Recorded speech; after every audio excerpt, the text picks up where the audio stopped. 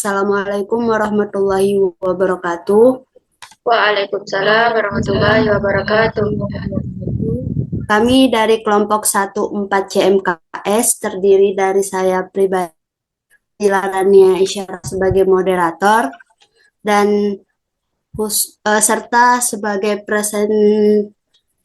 pembaca materi pertama, Husnul Khotimah pembaca materi kedua, Istiqomah pembaca materi ketiga, Suci Juwinda sebagai materi keempat, serta Juwita sebagai pembaca materi kelima. Di sini kami akan mempresentasikan hasil analisis keuangan dua perusahaan sektor energi, yaitu PT Perusahaan Gas Negara Tbk atau Pegas dan PT Bukit Asam Tbk atau PTBA. Analisis ini kami lakukan berdasarkan laporan keuangan tahun 2023 dan 2024 menggunakan metode analisis horizontal, vertikal, dan rasio keuangan. Tujuan kami adalah untuk melihat perusahaan mana yang memiliki performa keuangan yang lebih baik. Selanjutnya, slide kedua yaitu ada latar belakang. Di sini laporan keuangan merupakan media utama dalam menyampaikan informasi keuangan perusahaan kepada pihak-pihak yang berkepentingan. Salah satunya sektor ini yang sangat strategis di Indonesia karena berkaitan langsung dengan kebutuhan industri dan masyarakat. Oleh karena itu, kami memilih dua perusahaan besar yaitu PT Perusahaan Gas Negara Tbk dan PT Bukit Asam Tbk. Karena keduanya terdaftar di Bursa Efek Indonesia, untuk kami analisis dan bandingkan secara menyeluruh. Di sini lanjut ke pembahasan profil PT Gas dan PTBA. Di sini Pegas adalah anak perusahaan dari PT Pertamina yang bergerak dalam distribusi dan transmisi bumi. Pegas memiliki peran penting dalam mendukung distribusi energi bersih di Indonesia, terutama untuk sektor industri dan rumah tangga. Sedangkan PTBA, PT Bukit Asam Tbk, di sini bergerak dalam BUMN yang berfokus pada pertambangan batu bara. Perusahaan ini dikenal efisien termasuk pengembangan energi terbarukan. Keduanya sama-sama besar, tapi memiliki metode model bisnis dan risiko yang berbeda. Selanjutnya saya serahkan kepada pembaca materi kedua yaitu Husnul Khotimah.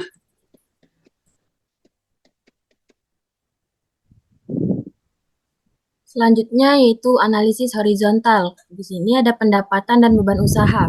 Pada slide ini, kami membahas analisis horizontal dari laporan laba rugi PT Perusahaan Gas Negara Tbk, khususnya komponen pendapatan dan beban usaha.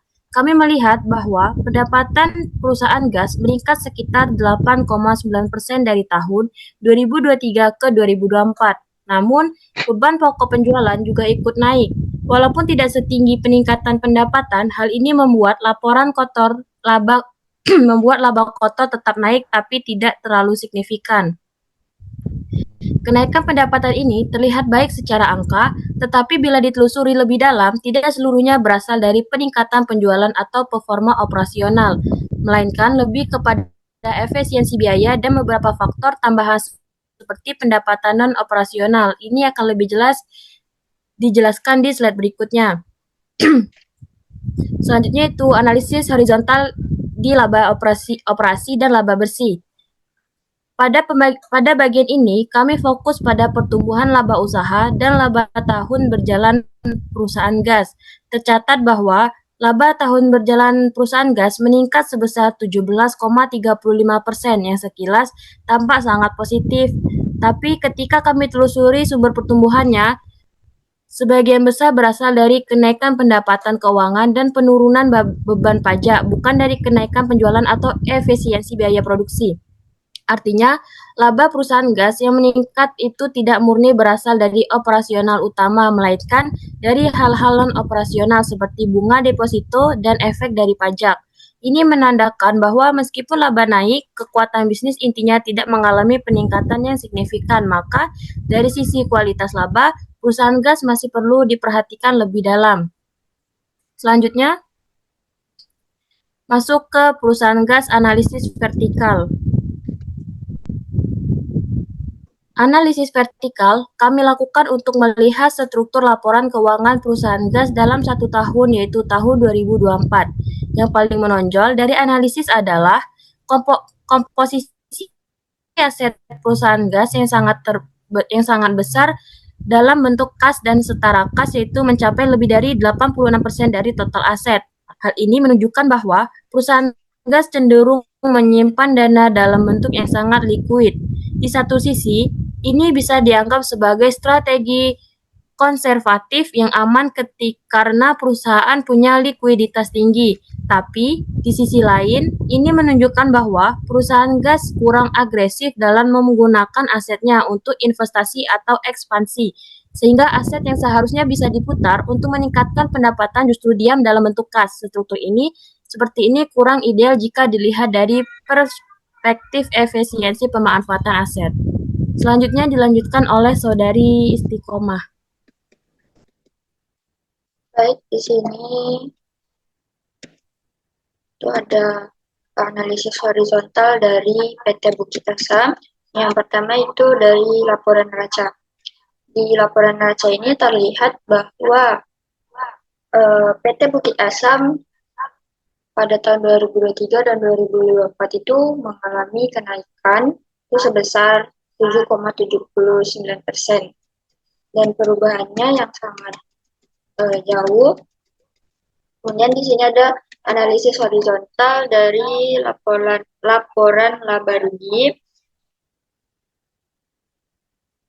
Nah, di sini telah dijelaskan kami menemukan bahwa laba tahun berjalan dari PT Bukit Asam ini mengalami penurunan sebesar 16,30% dari tahun 2023 ke 2024. Nah, sekilas ini terlihat negatif, tetapi setelah kami pelajari lebih dalam, nah penurunan tersebut bukan berasal dari kesalahan manajemen atau inefisiensi, melainkan karena turunnya harga komoditas batubara secara global. Nah, meskipun laba turun, justru pendapatan perusahaan naik sekitar 11,9%. Nah, artinya volume penjualan atau aktivitas operasional tetap tumbuh. Namun, harga jual yang menurun menyebabkan laba bersih ikut turun. Nah, jadi secara operasional, PT Bukit Asam ini tetap menunjukkan kinerja yang stabil dan tangguh menghadapi fluktuasi eksternal. Kemudian dari analisis vertikal dari laporan neraca, dari data yang telah kami olah itu terlihat bahwa struktur aset dari PT Bukit Asam ini lebih seimbang dibanding PT Gas sebelumnya. Nah, tidak hanya dominan di aset lancar, PT Bukit Asam juga ini memiliki porsi yang cukup besar pada aset tetap dan investasi jangka panjang, seperti properti pertambangan dan investasi pada entitas asosiasi. Nah, hal ini menunjukkan bahwa PT Bukit Asam ini aktif melakukan ekspansi dan pengembangan usaha. Mereka tidak hanya menyimpan aset dalam bentuk kas, tetapi juga mengalokasikannya untuk memperkuat bisnis ke depan. Nah, struktur seperti ini menggambarkan strategi pertumbuhan yang lebih progresif dan berkelanjutan. Selanjutnya, di sini ada analisis vertikal dari laporan laba rugi. Nah, untuk analisis vertikal laba rugi ini, terlihat bahwa semua rasio laba terhadap pendapatan mengalami penurunan. Laba kotor turun dari 31,32% itu menjadi 24,67%. Laba usaha dari 24,12% turun menjadi 18,15%. Dan laba tahun berjalan dari 15,83% turun menjadi 11,93%. Nah, penurunan ini Itu mencerminkan adanya peningkatan beban atau efisiensi yang menurun. Meskipun pendapatan tetap stabil di 100%, artinya tekanan biaya cukup memengaruhi margin keuntungan PT Bukit Asam. Namun, perusahaan masih tetap mencetak laba yang menunjukkan ketahanan operasionalnya. Baik, selanjutnya akan dibahas oleh Saudari Lidiana. Baiklah. Dari analisis rasio, PTBA memiliki rasio likuiditas seperti current ratio dan quick ratio yang lebih tinggi dari PGAS. Artinya PTBA lebih siap dalam memenuhi kewajiban jangka pendek. Dari solvabilitas, PGAS memiliki utang yang lebih besar dibanding PTBA. Dan untuk profitabilitas, meskipun PGAS punya net profit margin tinggi, laba itu berasal dari pendapatan non-operasional. Sementara PTBA memiliki ROA dan ROE yang lebih tinggi, menandakan efisiensi dan kekuatan operasionalnya. Dan selanjutnya, perbandingan performa keuangan PGAS dan PTBA. Hasil analisis menunjukkan bahwa meskipun PGAS mencatatkan kenaikan laba tahun berjalan sebesar 17,35%, peningkatan tersebut lebih banyak berasal dari pendapatan keuangan non-operasional, bukan dari aktivitas utama bisnis. Di sisi lain, PTBA memang mengalami penurunan laba sebesar 16,30%, namun penurunan ini disebabkan oleh faktor eksternal yang turunnya harga batu bara, bukan karena lemahnya kinerja internal. Struktur aset PGAS didominasi oleh kas dan setara kas, hingga lebih dari 86% dari total aset, menandakan pendekatan keuangan yang terlalu konservatif. Sebaliknya, PTBA memiliki struktur aset yang lebih seimbang serta aktif berinvestasi dalam pengembangan bisnis jangka panjang. Baik, selanjutnya dilakukan oleh Juita. Baik, selanjutnya perbandingan performa keuangan PGAS dan PTBA.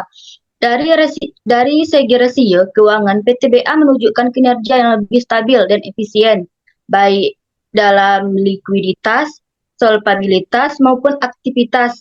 Current ratio dan quick ratio PTBA lebih tinggi, menunjukkan kemampuan yang lebih baik dalam memenuhi kewajiban jangka pendek. PGAS memiliki tingkat utang yang tinggi, sedangkan PTBA lebih sehat secara struktur modal. Meskipun margin laba PGAS terlihat lebih tinggi, laba tersebut bukan berasal dari operasional utama, sementara PTBA memiliki ROA dan ROE yang lebih tinggi, serta mampu memutar aset menjadi pendapatan lebih efektif dibandingkan PGAS. Baik, selanjutnya saya kembalikan ke moderator.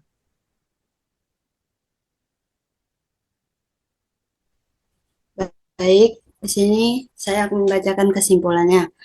Dengan mempertimbangkan seluruh aspek analisis tersebut, maka dapat disimpulkan bahwa perusahaan yang memiliki performa keuangan yang lebih baik adalah PT Bukit Asam Tbk. Yang alasannya adalah karena PT Bukit Asam mampu menunjukkan stabilitas keuangan yang lebih kuat, struktur aset yang lebih sehat, efisiensi manajemen keuangan yang lebih tinggi, serta orientasi jangka panjang yang lebih jelas melalui investasinya. Jadi, demikian presentasi yang dapat kami sampaikan terkait analisis laporan keuangan dari dua perusahaan sektor energi, yaitu PT Perusahaan Gas Negara Tbk dan PT Bukit Asam Tbk. Akhir kata, kami ucapkan terima kasih atas perhatian dan kesempatan yang telah diberikan. Wassalamualaikum warahmatullahi wabarakatuh.